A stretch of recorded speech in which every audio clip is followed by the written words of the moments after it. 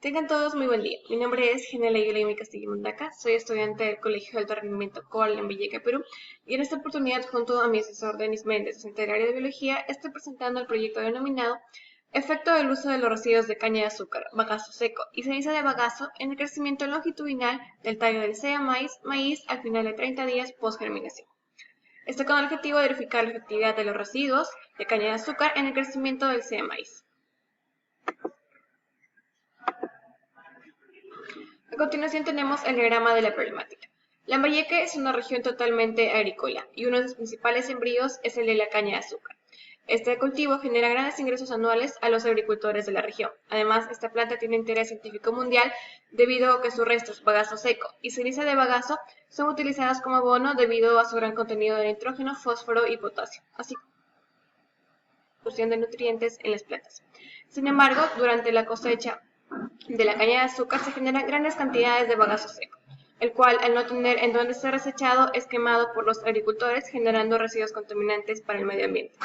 Sucede lo mismo durante la producción de azúcar refinada, la cual necesita pasar por un proceso de quemado y generando o teniendo un impacto negativo en el medio ambiente. Ante ello surge la pregunta de investigación. ¿Cuál de las masas, 0, 50, 100, 150, 200 y 250 gramos y abonos de caña de azúcar, bagazo seco y cenizas de bagazo será más efectivo sobre la longitud del tallo de sea maíz a los 30 días post-germinación?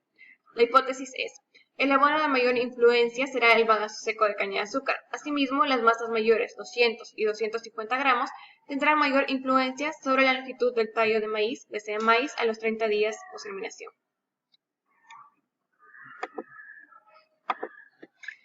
La variable independiente de esta investigación son las masas de bagazo seco de caña de azúcar y las cenizas de bagazo, las cuales fueron aplicadas en diferentes muestras. Asimismo, el tipo de abono orgánico, ya que se utilizaron bagazo seco y cenizas de bagazo. Esta variable es controlada como una balanza digital de incertidumbre más o menos 0.01 gramos. Asimismo, la variable dependiente de esta investigación viene a ser la longitud del tallo del maíz, el cual será medido luego de 30 días post-germinación con ayuda de un flexómetro de incertidumbre más o menos 0.05 centímetros. Las variables controladas en esta investigación son el pH del agua, el volumen del agua, la frecuencia de riego, la técnica de riego, la variedad de maíz y el tiempo de crecimiento. Asimismo, el procedimiento que se siguió es el siguiente. Primero, ya que se siguió un método científico, el primer paso fue la investigación previa. Luego tuvimos que identificar la problemática, la cual es que tras la cosecha de caña de azúcar en la ciudad de Lambayeque se generan grandes residuos contaminantes. Y en búsqueda de darle un nuevo uso a estos residuos es como nace el proyecto. Luego se investigaron un poco de los antecedentes y el marco teórico de esta investigación y se llegó a la parte experimental en la cual el primer paso fue la obtención de los abonos. Para ello se amasaron 50 gramos de bagazo seco, luego 100 gramos, luego 150 gramos, finalmente 200 y finalmente 250 gramos y fueron colocados en bolsas transparentes respectivamente, con ayuda de una balanza digital. Estos diferentes tipos de masas fueron agregados a las macetas. Tras ello, primeramente se agregó la mitad de la masa y después se esparcieron las 5 semillas en la maceta. Finalmente se cubrieron las semillas con el bagazo seco que sobraba. Luego se sigue el mismo procedimiento con las otras macetas, tanto en los abonos de bagazo seco como en el abono de cenizas de bagazo. Otro de los pasos importantes es el riego y los cuidados de la planta del maíz. El riego de las muestras durante los 30 días fueron de manera interdiaria y con cada maceta fue regada con 100 mililitros de agua potable. La exposición solar y temperatura.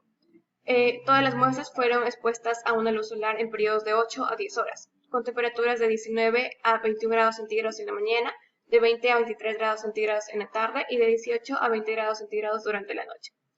Luego se procedió a hacer la medición del crecimiento longitudinal del sea maíz. Para ello se contabilizó las hojas del sea maíz, incluso las que recién estaban botando. Luego se procedió a medir la elongación del tallo del sea maíz desde la base de la planta hasta la hoja más alta. Esto se hizo con ayuda de un flexómetro y papel milimetrado. Finalmente se procedió al procesamiento de los datos. Los datos obtenidos luego de los 30 días fueron registrados y procesados en tablas, tomando el promedio y la desviación de estándar de la longitud del tallo del sea maíz por masa de bagazo y cenizas. Es así como se llegó al análisis de los resultados, en el cual se observó que el bagazo seco es más efectivo sobre la longitud del tallo del sea maíz al compararla con la ceniza de bagazo.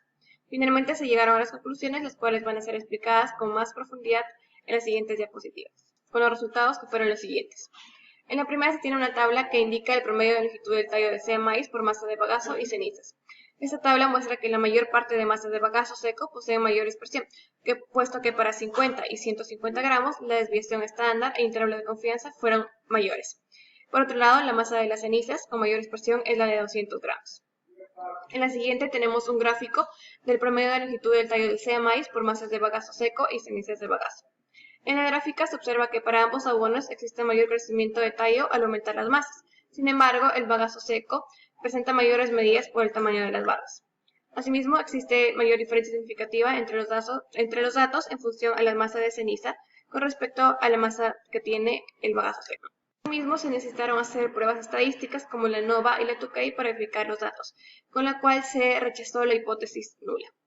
Finalmente se llegaron a las conclusiones. Primero, que tras la experimentación y análisis se acepta la hipótesis de investigación, pues el abono más efectivo es el bagazo seco por su contenido completo de macro y micronutrientes que favorecieron el crecimiento de la planta, en contraste con la ceniza cuya volatilización disminuyó la cantidad de nutrientes esenciales y por ende la disponibilidad de nutrientes en la planta.